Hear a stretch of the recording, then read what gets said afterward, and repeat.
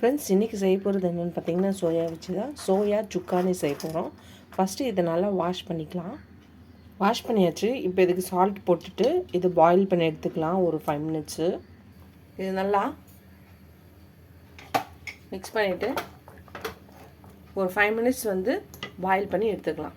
நம்ம மீல் மேக்கரை பாயில் பண்ணி அதை நல்லா ஸ்ட்ரெயின் பண்ணி வச்சுருக்கோம். நல்லா ஆறிடுச்சு. உள்ளே இருக்க தண்ணியெல்லாம் நல்லா ஸ்ட்ரெயின் பண்ணிக்கலாம். இப்போ ஒரு பேன் எடுத்துக்கலாம். ஒரு 2 ஸ்பூன் எண்ணெய் ஊற்றிக்கலாம். எண்ணெய் ஊற்றிட்டு இதில் ரெட் சில்லி பவுடர் 1 ஸ்பூன், தனியா powder 1 spoon, ginger garlic paste 1 spoon போட்டுக்கலாம்.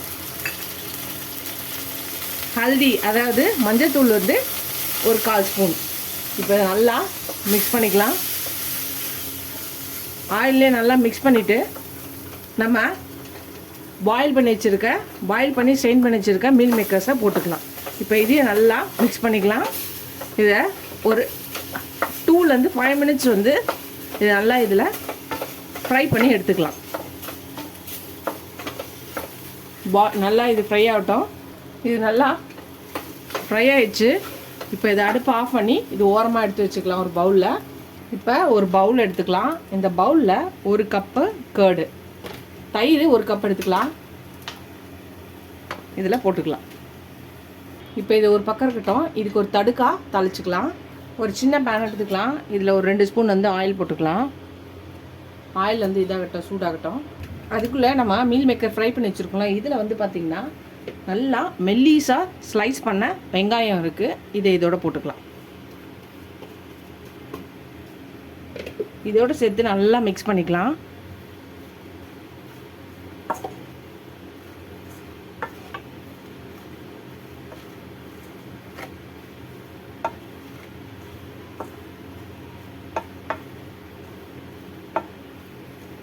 நல்லா மிக்ஸ் பண்ணியாச்சு. இது ஒரு பக்கம் இருக்கட்டும். பொடியாக நறுக்கின கொத்தமல்லியும் போட்டுக்கலாம்.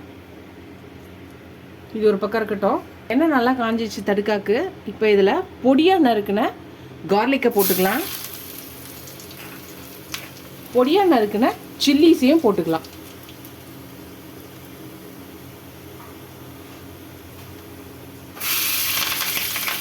இது நீங்கள் இது ஆனியனோடையும் சேர்த்து போடலாம். நான் இதில் போட்டுட்டு போடுறேன். நல்லா இதாகிடுச்சு. இப்போ சில்லி பவுடரு 1 ஸ்பூன் போட்டுக்கலாம். நல்லா இதாகட்டும். இந்த கர்டு எடுத்து வச்சுருக்கோம் இல்லையா, இந்த கர்டில் இதை ஊற்றிடலாம். நான் கஸ்தூரி மேத்தி சொல்ல மறந்துட்டேன். அதுவும் போட்டிருந்தேன் கடைசியாக. அதையும் இதில் போட்டுக்கலாம். அந்த ஆயிலோடு சேர்த்து போட வேண்டியது.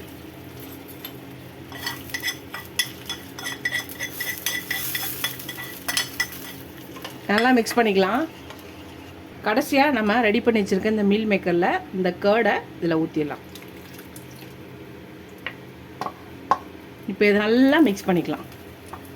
கடைசியாக பொடியாக நறுக்கின கொத்தமல்லிஸை போட்டுட்டு சர்வ் பண்ண வேண்டியதான். நம்மளோட சோயா சுக்கானி ரெடி ஆயிடுச்சு. இது நேபாளி ரெசிபி. ரொம்ப சிம்பிளாக குயிக்காக ஒரு ஹெல்த்தியான ரெசிபி. டயட்டில் இருக்கவங்க கூட இதை எடுத்துக்கலாம். மீல் மேக்கர் ரொம்ப ஹெல்த்தியானது. ஸோ ட்ரை பண்ணி பாருங்கள்.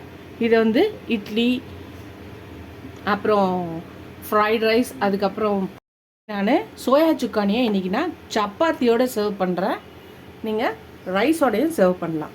ரொம்ப சூப்பராக இருக்கும். ட்ரை பண்ணி பாருங்கள். ட்ரை பண்ணி பார்த்து எப்படி இருக்குன்னு சொல்லுங்கள். இந்த சோயா சுக்கானியை ரொம்ப சிம்பிளான ஹெல்த்தியான ஒரு ரெசிபி. இந்த வீடியோ பிடிச்சா லைக் பண்ணுங்கள். ஃபஸ்ட் டைம் சேனலுக்கும் சப்ஸ்கிரைப் பண்ணிட்டு பாருங்கள். இதுவரை சப்ஸ்கிரைப் பண்ண எல்லா ஃப்ரெண்ட்ஸ்க்கு தேங்க்ஸ். எனக்கு என் சேனலுக்கு சப்போர்ட் பண்ணிங்கன்னு நினைக்கிறேன். இது ஒரு அடுத்த வீடியோவில் பார்க்கலாம்.